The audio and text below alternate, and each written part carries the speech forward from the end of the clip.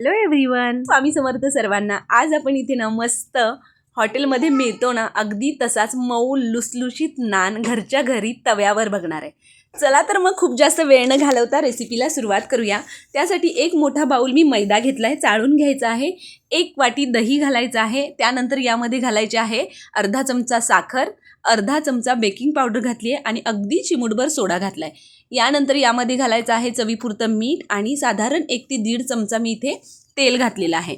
आता हे जे सुके जिन्नस आहेत तेच आपल्याला आधी मिक्स करून घ्यायचे आहेत। या दह्यामध्ये हे पीठ आधी छान भिजवून घ्यायचं आहे आणि लागेल तसं थोडं थोडं पाणी घालायचं आहे। तर इथे बघा मी दह्याच्याच वाटीमध्ये साधारण 1 पाव वाटी पाणी घेतलं होतं, त्यातलं 2 ते 3 चमचे पाणी लागलेलं आहे, नाहीतर हे दह्यामध्ये व्यवस्थित छान पीठ भिजलं जातं। आता तळहाताचा जो हा भाग आहे ना त्याने आपल्याला हे पीठ छान या पद्धतीने मळून घ्यायचं आहे। तर हे पीठ साधारणपणे माझ्याकडे वेळ होता म्हणून मी 2 तास भिजण्यासाठी बाजूला ठेवलं होतं। तुमच्याकडे वेळ नसेल तर तुम्ही एक 10 मिनिटं भिजू देऊन लगेच नान करायला घेतले तरी चालेल। 2 तासानंतर पीठ तुम्ही बघू शकता किती छान फुगलेलं आहे। आता मीडियम आकाराचे गोळे घ्यायचे आहेत। तुम्हाला जेवढ्या आकाराचे जसे नान हवे आहेत त्या आकाराचा गोळा घेऊन तुम्ही याचा नान तयार करू शकता। इथे सुकी कोरडी कणिक घेतलेली आहे, मैदा घेतलेला आहे, त्यामध्ये थोडंसं आपल्याला डीप करून घ्यायचं आहे। आणि आता हॉटेलमध्ये जो नान मिळतो ना तो थोडासा लांबसर असा लांबट आकाराचा असतो, तर मी तसाच नान लाटून घेतलेला आहे। वरच्या बाजूने छान पाणी लावून घ्यायचं।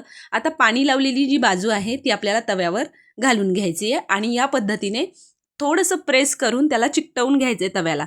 आता इथे एक काळजी घ्यायची की तवा वापरत असताना शक्यतो लोखंडाचा वापरायचा आणि ज्याला हँडल असेल, आपल्याला ज्याला व्यवस्थित पकडता येईल, हाताला चटके लागणार नाहीत असा तवा वापरायचा।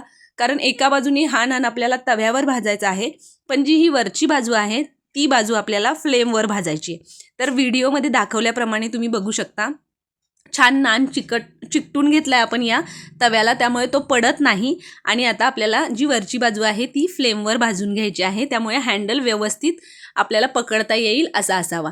तर मागून उलटून बघूया आता किती परफेक्ट आणि छान भाजला गेलाय बघा, पुढूनही छान भाजला गेलाय।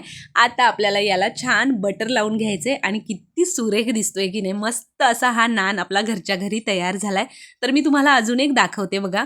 या पद्धतीने आपल्याला जी पाणी लावलेली बाजू आहे ती तव्याला चिकटवून घ्यायची आहे हाताने आणि त्यानंतर एक साधारण 2 ते 3 मिनिट मंद आचेवर एका बाजूने भाजू द्या आणि वरून आपल्याला फ्लेमवर छान भाजून घ्यायचं आहे। तर इथे दुसरा नानही तयार झालेला आहे। आता आमच्या घरात ना मस्त मऊ मऊ असे हे नान आवडतात म्हणून मी थोडेसे जाडसर लाटून घेते। तुम्हाला जर कुरकुरीत नान हवा असेल तर तुम्ही थोडासा पातळ लाटा, जेणेकरून तो अजून छान कुरकुरीत होईल। तर आपला इथे दुसरा नानही तयार झालेला आहे। किती परफेक्ट भाजला गेलाय आणि मस्त लागतात बरं का। पनीरची भाजी असेल किंवा चिकनची कोणतीही ग्रेव्ही भाजी असेल किंवा आता लसुणी मेथी केली होती मी मध्ये, त्याच्याबरोबर सुद्धा अफलातून लागतो। काजू पनीरच्या भाजीबरोबर छान लागतात। आणि बरं घरच्या घरी अगदी सोप्या पद्धतीने आपण हा तव्यावर नान तयार करू शकतो।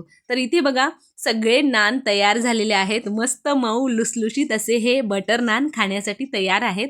गरम गरम सर्व करायचे जेणेकरून मस्त अफलातून लागतात। तर अशा पद्धतीने इथे आपले मस्त हॉटेलसारखे मऊ लुसलुशीत बटर नान खाण्यासाठी तयार आहेत। तुम्हाला ही रेसिपी कशी वाटली मला कमेंट करून नक्की सांगा। त्याचबरोबर तुम्हाला आपल्या रेसिपीज कशा वाटतात तेही मला कमेंट करून सांगायचं आहे। तुम्हाला आपल्या रेसिपीज आवडत असतील तर आपल्या आदिश्री रेसिपी चॅनलला सबस्क्राईब करा आणि बेल आयकॉन प्रेस करा, जेणेकरून इथून पुढे येणाऱ्या अशाच नवनवीन छान छान रेसिपीच्या नोटिफिकेशन्स तुम्हाला मिळतील। तर मग भेटूया अशा एका नवीन मस्त खमंग आणि छान रेसिपी सोबत। तोपर्यंत मस्त रहा, छान छान रेसिपी ट्राय करून खात रहा। Bye bye.